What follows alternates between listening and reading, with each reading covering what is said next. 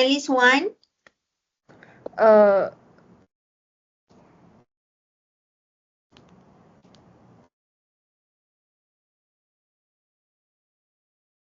Me.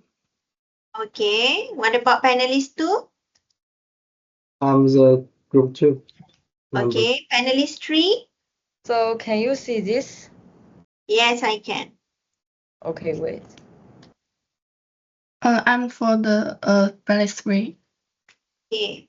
All right. Thank you. And panelist 4? I'm the panelist 4, sir. Okay. Thank you. Okay. I believe we can start the assessment now. Moderator, you may begin. Okay, hello Professor. Today the topic of our panel discussion is lack of clean water and sanitation in rural and indigenous communities in Malaysia, which is related to the United Nations Sustainable Development Goal 6, clean drinking water and sanitation.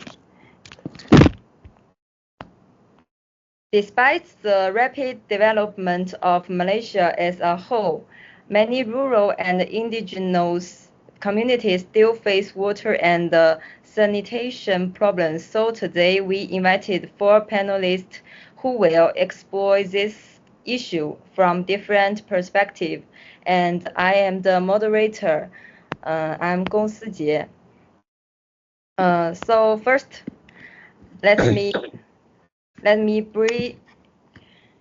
briefly introduce the current status of their water and sanitation. Water and sanitation in Malaysia is rural and indigenous communities lag behind the urban areas. Many rely on polluted river rainwater without piped supply and lack proper toilets. Despite government efforts, geographical and funding challenges hinder progress, especially for indigenous groups. So my view is that this phenomenon exposes the deep-seated contradiction of unbalanced development. The government needs to take more targeted measures, taking into account the actual needs of the community rather than a one-size-fits-all policy. In order to truly narrow the urban-rural gap and protect basic human rights. And this is the related evidence I find to support my view. So, in response to this reality, I raise some questions. Why do these communities still face challenges with clean water and sanitation? How can they be improved? So let's see what new views the team members have. This is 4 parts our panelists will complain. So the first part. Okay, before that, moderator, can you show me your PowerPoint again? The previous PowerPoint? This one? Okay. Yes, the evidence is taken from the Malaysian Journal of Public Health, right? Yes. So can you explain a bit about the evidence and tell me why did you refer to this journal for the evidence? So I look for some articles and newspapers that include this information, and I found that so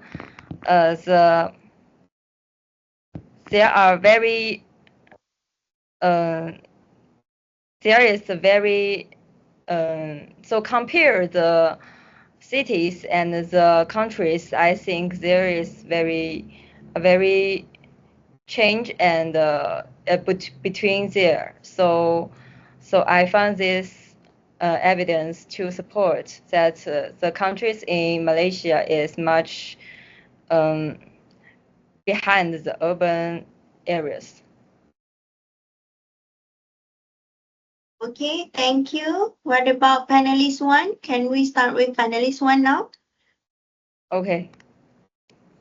Hello everyone. When we can obtain clean water simply by turning on the tap, some endangered villages in Sabah have to survive by collecting rainwater. This disparity is instantly a lack of social equity. World Bank data shows that the water coverage rate in rural areas of Malaysia is 23% lower than that in urban areas, and endangered communities have become the most marginalized groups due to geographical and policy factors, and this is due to the systematical diversion of infrastructure investments. In the federal government's water budget over the past 5 years, only 8% has been allocated to endangered areas. While urban areas account for more than 16 percentage.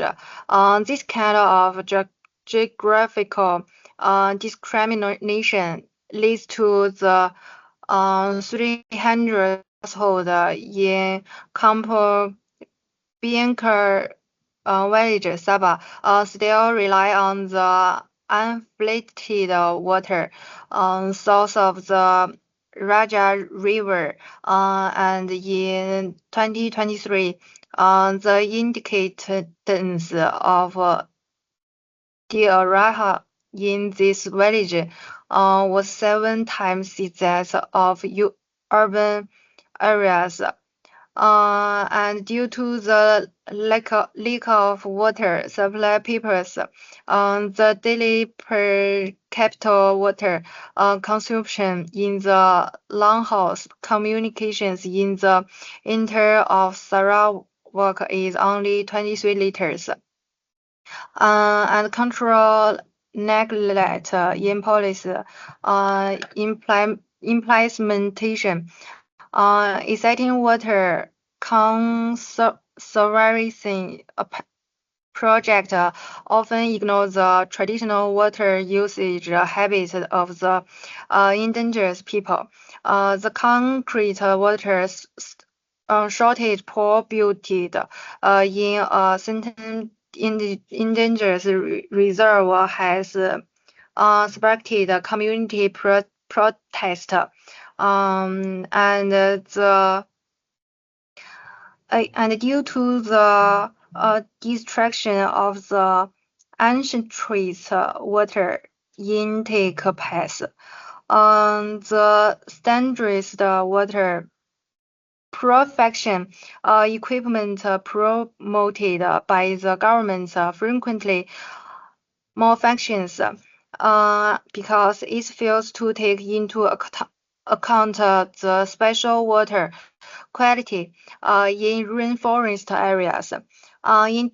In the past description of the cause, take the terminal Arsenic village in Sabah as an example. Take the geographical predicament located in a remote valley of Mountain Kinabalu. It is 47 kilometers away from the nearest water supply station, and the cost of pipeline line is 3 times that of urban areas. Current status of infrastructure, the entry village relies on 3 open-air rainwater collection ponds. During the rain season, the value of the poor water reaches 50 NTUs, but there is no fund to purchase the equipment. Healthy chain reaction in 2024, the dropout rate of children in this village due to waterborne disease reached 90%, and while that of urban children was only 1.2%. Appeal this is not merely water supply issues, but a touchstone of social equity. When the water resource rate of endangered communities are contentiously neglected, the so-called development is merely a advantage of certain groups. It is suggested that the subsequent research focuses on quantitative analysis of arsenic difference in water, conservancy budget allocations, on the interface of endangered traditional water governments, wisdom, and model technological. Thank you. Okay, can you tell me what is the name of the text that you refer to and the reason why you choose that text?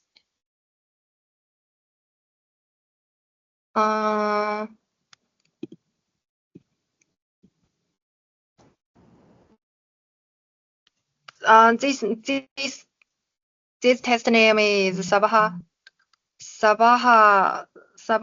Lake Water Seasons Rain Symbol.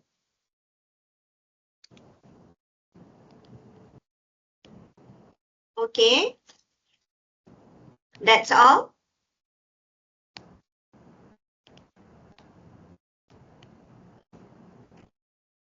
Do you have anything else to add?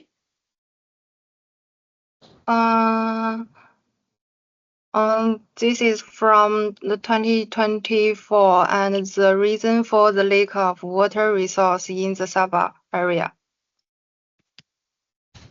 Okay, thank you, panelist 1. Now let's move on to panelist 2. Hello, madam. My name is Chen Hao. My part is health and sanitation impacts in many rural and indigenous community across Malaysia.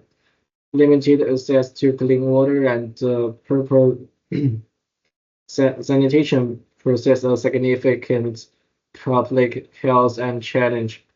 These conditions particularly affect groups such as children and elderly, contributing to a high number of waterborne disease and environmental health risks.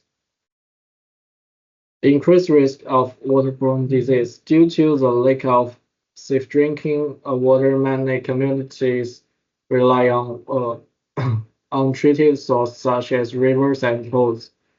This leads to frequent outbreaks of waterborne disease such as HIV or herpes or diarrhea. According to the World Health Organization (WHO), unsafe water is a major case to especially in developing countries. In Malaysia, 2019 joint reports the MOH and UNFCCC received that more than 40% of households in some oriented communities lack access to clean drinking water. Children, due to the weaker system, particularly, and many suffer from the unclean water, which can lead to a lot of disease and shut down growth.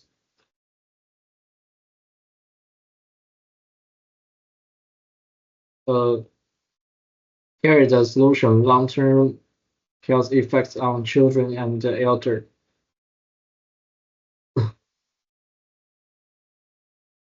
chronic exposure to contained water is uncertain environments can have lasting effects children's cognitive and physical development. For the elder, it's increased to infection and other health disease in communities with limited healthcare access. This condition are often understanding and untreated. The suggested data source from the WHO and the UNICEF Malaysia and the MOH. That's my part. Thank you, madam. Okay, thank you. What about your text? Can you tell me the name of the text and the reason? The reason why I choose this part is because the frequency of the unclean water or the pollution of water is cause so much of diseases to the people.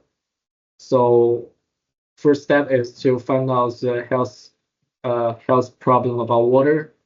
Second step is to fix that one. Okay, thank you, panelist 2. Now let's quickly move on to panelist 3.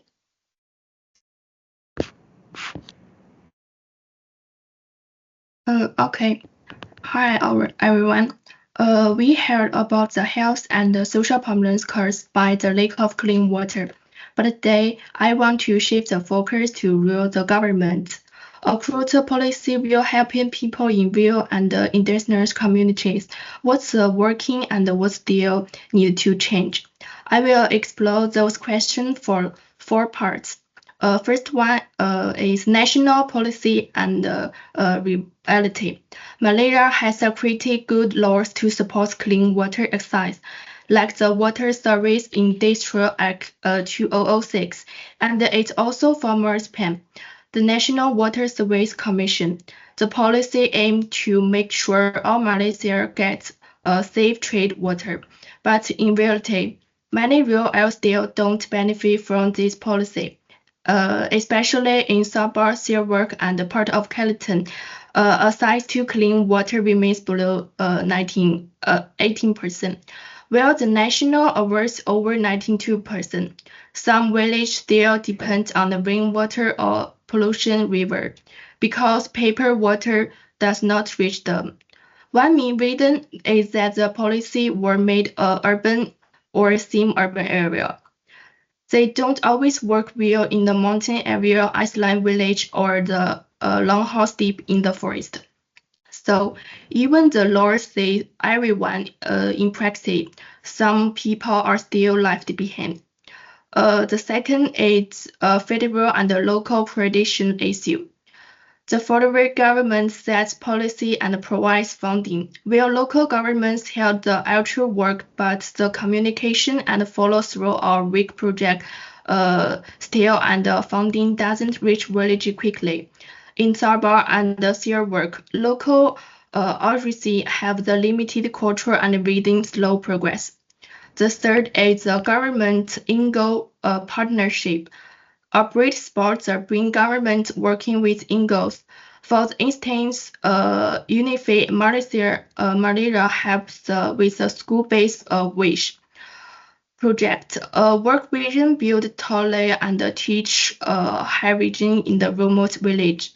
These groups are flexible and deploy in the communities. They often fill gaps the government means. The last is reclamations to improve. To actually make the change, my suggestion are improve the local communities in which village, leader the plan and the mountain water project. That solution to local need use the gallery feed system and rain having where group geography demand it. Strengthening public INGO's partnership, share skills, staff, and funding efficiently. Boost transparency, show water quality reason, and boost user clean communities trust the system. So the last Malaysia has made strong progress on water policy, but for real and industry communication, there are still big gaps in the access and supports. By listening to local voice, improve coordination, and working hand in hand with NIGOs, we can take real steps toward making SDG6 real for all. That's all for my part. Okay, what about your text and the reasons? For the reason I chose it because I think the government will often overlooked in discussion about the water issue. Most people focus on health or environment, but I want to show the policy real and efforts people live, especially in rural area. It's also something I care, making sure development is fair for everyone. Okay, thank you. Let's move on to panelist 4. Okay, sir. I'm panelist 4, and my name is Xie Lingyi. Okay, now I will be discussing how technology and community participation can help solve water and sanitation challenges in rural and indigenous areas of Malaysia. In many remote villages, water access is still limited due to high cost, poor infrastructure, and lack of local maintenance skills. One practical solution is the use of low-cost technologies such as rainwater harvesting systems and boil sand filters. These systems are affordable, easy to install, and suitable for areas without piped water. However, technology alone is not enough. Community empowerment is the key. When villagers are trained to maintain these systems themselves, the solutions become long-lasting. For example, a UNICEF report in 2021 highlights a successful case in rural Borneo, where local communities partnered with NGOs to install rainwater systems and were trained to take care of them. As a result, water quality improved and children's health outcomes become better. In conclusion, technology provides the tools, but community participation provides the sustainability. Okay, that's all my parts. All right, what about your text and reason? Because I believe that clean water is not just a technical issue, it's also a people issue.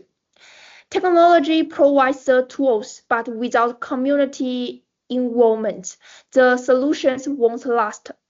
This aspect connects innovation with human empowerment, which I found both practical and meaningful.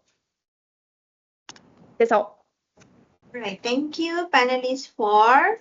Okay, since we have covered everyone's presentation, now is the time for me to share my feedback on areas for improvement. Okay, so before you record the panel discussion, the whole panel discussion, make sure to revisit the comments that I'll be sharing with you. Okay, number 1 is regarding your pronunciation. Make sure to pay extra attention to the way that you pronounce words when you deliver the speech. Okay. Secondly is regarding eye contact. Okay. I do understand that some of you might have script on your screen, so you are reading from the script. But please make sure to maintain eye contact. You need to look at your camera. Okay, if you only look at your script, you do not make eye contact with the camera, then it will impact your engagement. Okay, and it will show that you are not prepared enough for the presentation. So how do you improve that? It is by practice. Okay, when you know what you want to present, it will show. Okay, you will not be too dependent on your script. Okay. And my last comment is regarding evidence and verbal citation. As I have emphasized during our class, each panelist should have 2 to 3 points, right? And the number of evidence should tally with the number of points. If you have 2 points, that means you need to have 2 evidence. Evidence can be in the form of statistics, research findings, case studies, and so on. Okay, and every time that you want to include the evidence in the presentation, you need to verbally cite the source. Okay, that means if you have 2 evidence, then you need to cite the source 2 times by mentioning the author's name and the year of publication. Okay, some of you did not do that during the presentation earlier, so please take note. Okay. All right, so that is all of my comments. After this, please have one representative to submit the recording link to UKM Folio as proof that you have completed this assessment. Okay. Do you have any question for me? No. No, madam. That's great. So I believe that is all. Thank you so much for the presentation. Have a good day. Bye-bye. Bye, madam. Thank you. All right. Thank you, Doctor.